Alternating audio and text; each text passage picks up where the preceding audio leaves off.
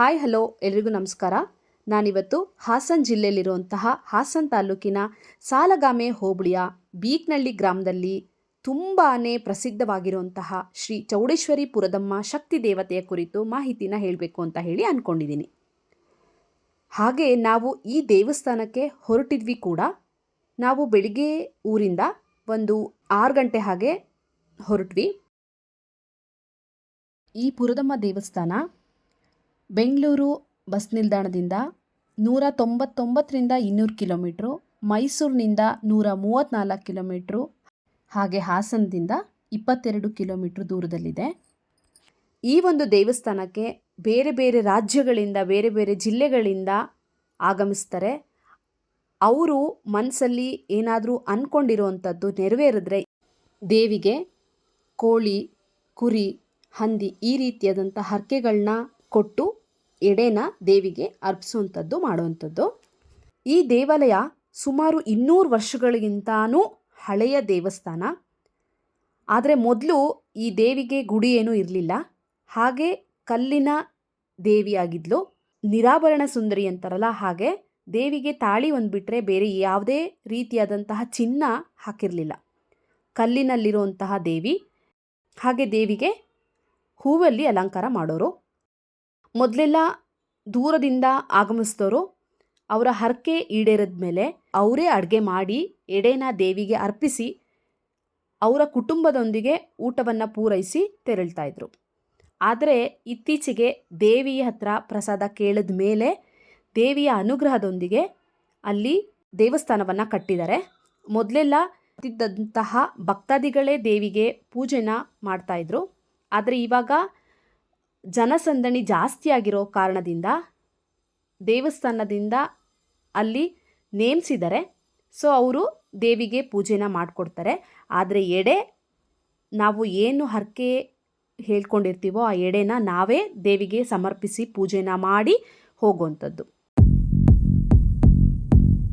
ದೇವಸ್ಥಾನಕ್ಕೆ ಹೋಗಬೇಕಾದ್ರೆ ಏನೇನು ತೊಗೊಂಡು ಹೋಗಬೇಕು ಅಂತ ಕೇಳೋದಾದರೆ, ನೀವು ಮೊದಲೇ ಸಲ ಹೋಗ್ತಿರೋದಾದರೆ ಮಾಮೂಲಿ ದೇವಸ್ಥಾನಕ್ಕೆ ಏನೇನು ತೊಗೊಂಡು ಹೋಗ್ತೀವಿ, ಕಾಯಿ, ಬಾಳೆಹಣ್ಣು, ಉದ್ಬತ್ತಿ, ಕರ್ಪೂರ, ಹೂವು. ಆದರೆ ಈ ದೇವಿಗೆ ಹೂವಿನ ಹಾರ ಹಾಕ್ತಾರೆ, ಹಾಗಾಗಿ ಹೂವಿನ ಹಾರ. ಹಾಗೆ ನಿಂಬೆಹಣ್ಣನ್ನು ನೀವು ತೊಗೊಂಡು ಹೋದರೆ ದೇವಿ ಹತ್ರ ಇಟ್ಟು ಕೊಡ್ತಾರೆ. ಹಾಗೆ ಪ್ರಮುಖವಾಗಿ ಮೊಸರನ್ನ, ಇದನ್ನು ನೀವೇ ಮಾಡಿಕೊಂಡು ದೇವಿಗೆ ಹೋಗಿ ನೈವೇದ್ಯಕ್ಕೆ ಕೊಡಬಹುದು. ಅವರು ದೇವಿ ಹತ್ರ ಇಟ್ಟು ನಿಮಗೆ ವಾಪಸ್ಸು ಕೊಡ್ತಾರೆ. ಹಾಗಾಗಿ ಮೊಸರನ್ನ ತೊಗೊಂಡು ಹೋದರೆ ತುಂಬಾ ಒಳ್ಳೆಯದು ಅಂತ ಹೇಳಿ ತುಂಬ ದೂರಗಳಿಂದ ಬರೋರು ಕೂಡ ಮೊಸರನ್ನ ತಗೊಂಡು ಬಂದು ದೇವಿಗೆ ಸಮರ್ಪಿಸ್ತಾರೆ. ನಮ್ಮದು ಒಂದು ಹರಕೆ ಈಡೇರಿತ್ತು. ಹಾಗಾಗಿ ನಾವು ದೇವಿಗೆ ಹರಕೆನ ಕೊಟ್ಟು ಎಡೆ ಅರ್ಪಿಸೋಣ ಅಂತ ಹೇಳಿ ನಮ್ಮ ಫ್ಯಾಮಿಲಿ ಜೊತೆಗೆ ಈ ದೇವಿಯ ದೇವಸ್ಥಾನಕ್ಕೆ ಹೋಗಿದ್ವಿ. ನಾವು ದೇವಸ್ಥಾನಕ್ಕೆ ಬೆಳಗ್ಗೆನೇ ಒಂದು ಸಲ ದರ್ಶನ ಆಗಿತ್ತು. ಯಾಕಂದರೆ ನಾವು 7:30 ಹೋದಾಗ ಅಷ್ಟೊಂದು ರಶ್ ಏನಿರಲಿಲ್ಲ. ಸೊ 2ನೇ ಸರಿ ನಮ್ಮ ಅಪ್ಪ ಎಲ್ಲ ಬಂದಾಗ ಹೋದಾಗ ತುಂಬಾ ಜನ ಸೇರಿದ್ರು. ಯಾಕಂದರೆ ಆಲ್ರೆಡಿ 11:30 ಆಗೋಗಿತ್ತು. ಹಾಗಾಗಿ ಇನ್ನೊಂದೇನೆಂದರೆ ಪ್ಲಾಸ್ಟಿಕ್ ಕವರ್ನ ಒಳಗಡೆ ಅಲೋ ಮಾಡಲ್ಲ. ಸಾಧ್ಯವಾದಷ್ಟು ಬುಟ್ಟಿನ ತೊಗೊಂಡು ಹೋಗಿ, ಇಲ್ಲ ಅಂದರೆ ಅಲ್ಲೇ ಬುಟ್ಟಿಗಳನ್ನ ಇಟ್ಟಿರ್ತಾರೆ, ಅದರಲ್ಲಿ ದೇವಿಗೆ ಹಣ್ಕಾಯಿನ ಕೊಡುವಂಥದ್ದು. ಕಾಯಿನ ಹೊರಗಡೆನೇ ಒಡೆಯೋಕ್ಕೆ ಅರೇಂಜ್ ಮಾಡಿದ್ದಾರೆ. ಸೊ ಕಾಯಿನ ಹೊರಗಡೆನೇ ಒಡ್ಕೊಂಡು ಒಳಗಡೆ ಹೋಗ್ಬೋದು. ನಂತರ ಬಂದ ಮೇಲೆ ಊದ್ಬತ್ತಿ, ಕರ್ಪೂರನ ಕೂಡ ಒಳಗಡೆ ಅವ್ರು ಇಸ್ಕೊಳಲ್ಲ. ನೀವೇ ಕರ್ಪೂರನ ಹಚ್ಚಿ ಊದ್ಬತ್ತಿಲಿ ದೇವಿಗೆ ಬೆಳಗಬಹುದು. ಹಾಗೆ ಕೆಲವೊಂದು ಕಡೆ ತಗಡುಗಳನ್ನ ಕೂಡ ಇಲ್ಲಿ ನೋಡ್ತಿರ್ಬೋದು. ಈ ತಾಳೆ ಮರಕ್ಕೆ ಅವ್ರು ಏನಾದರೂ ಹರಕೆ ಇದ್ದರೆ ಇದಕ್ಕೆ ಹೊಡೆದೋಗಿರ್ತಾರೆ.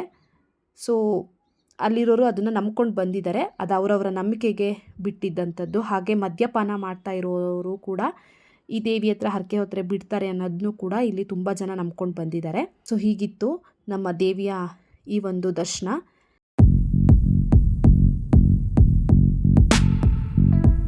ತುಂಬ ಸಂತೋಷ ಕೂಡ ಆಯಿತು.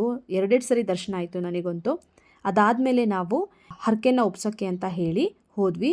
ಆ್ಯಕ್ಚುಲಿ ಇಲ್ಲಿ ನಾನು ಆಲ್ರೆಡಿ ಹೇಳ್ದಂಗೆ ಕುರಿ, ಕೋಳಿ ಹಾಗೆ ಹಂದಿನ ದೇವಿಗೆ ಹರಕೆ ಕೊಡ್ತಾರೆ. ಆದರೆ ಇಲ್ಲಿ ಹಂದಿ ಅಂತ ಹೇಳಲ್ಲ ಎಲ್ಲರೂ.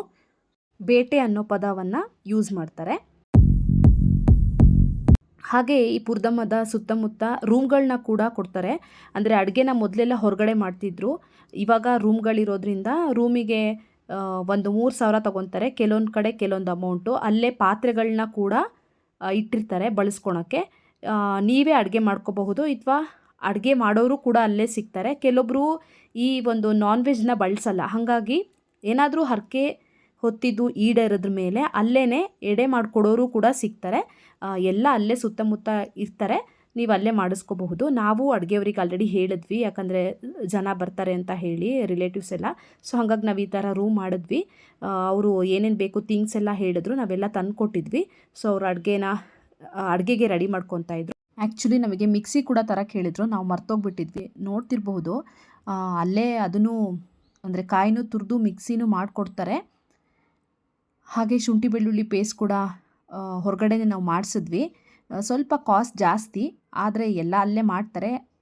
ನಾವು ಮರ್ತೋಗಿದ್ದು ನಮ್ಮ ತಪ್ಪು. ಸೊ ಹಾಗಾಗಿ ನಾವು ಹೊರಗಡೆ ಮಾಡಿಸಿದ್ವಿ.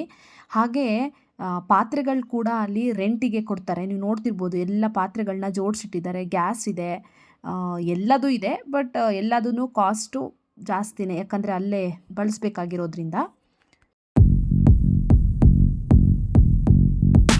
ಇನ್ನೊಂದು ದೇವಸ್ಥಾನದ ಬಲಗಡೆನೆ ಕಡ್ಜ ಗೂಡು ಕಟ್ಟಿರೋವಂಥದ್ದು ನೋಡ್ತಿರ್ಬೋದು, ಎಷ್ಟು ದೊಡ್ಡದಾಗಿದೆ ಅಂತ ಹೇಳಿ.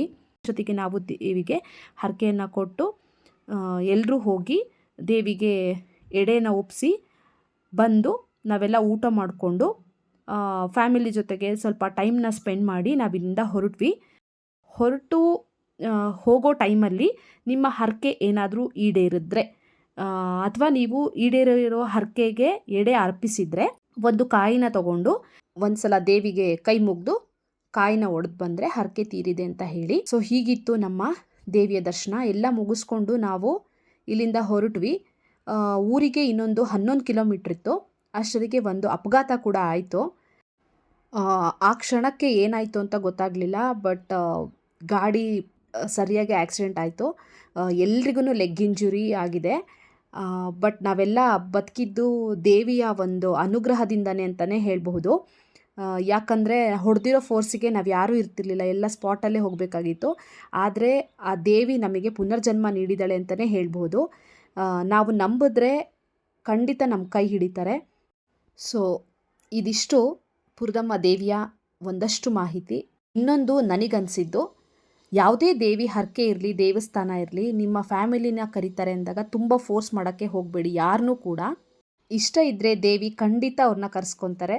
ಇಲ್ಲ ಅಂತ ಹೇಳಿದರೆ ಅವ್ರಿಗೆ ಬರೋಕ್ಕಾಗಲ್ಲ. ಸೊ ನಾನು ಕೆಲವೊಂದು ಕಡೆ ಎಡವಿದ್ದೀನಿ, ಹಾಗಾಗಿ ಈ ಮಾತನ್ನು ಹೇಳ್ತಾ ಇರೋವಂಥದ್ದು. ಒಮ್ಮೆ ಸಾಧ್ಯವಾದರೆ ಪುರದಮ್ಮಕ್ಕೆ ಭೇಟಿ ನೀಡಿ ಅಂತ ಹೇಳಿ ಈ ಮೂಲಕ ಕೇಳ್ಕೊಳ್ತೀನಿ. ಸೊ ನಿಮಗೆ ಈ ವಿಡಿಯೋ ಇಷ್ಟ ಆದರೆ ದಯವಿಟ್ಟು ಲೈಕ್ ಮಾಡಿ, ಶೇರ್ ಮಾಡಿ, ಕಮೆಂಟ್ ಮಾಡಿ. ವಿಡಿಯೋನ ಸ್ಕಿಪ್ ಮಾಡದೆ ಕೊನೆ ತನಕ ನೋಡಿದ್ದಕ್ಕಾಗಿ ಥ್ಯಾಂಕ್ ಯು, ಧನ್ಯವಾದಗಳು.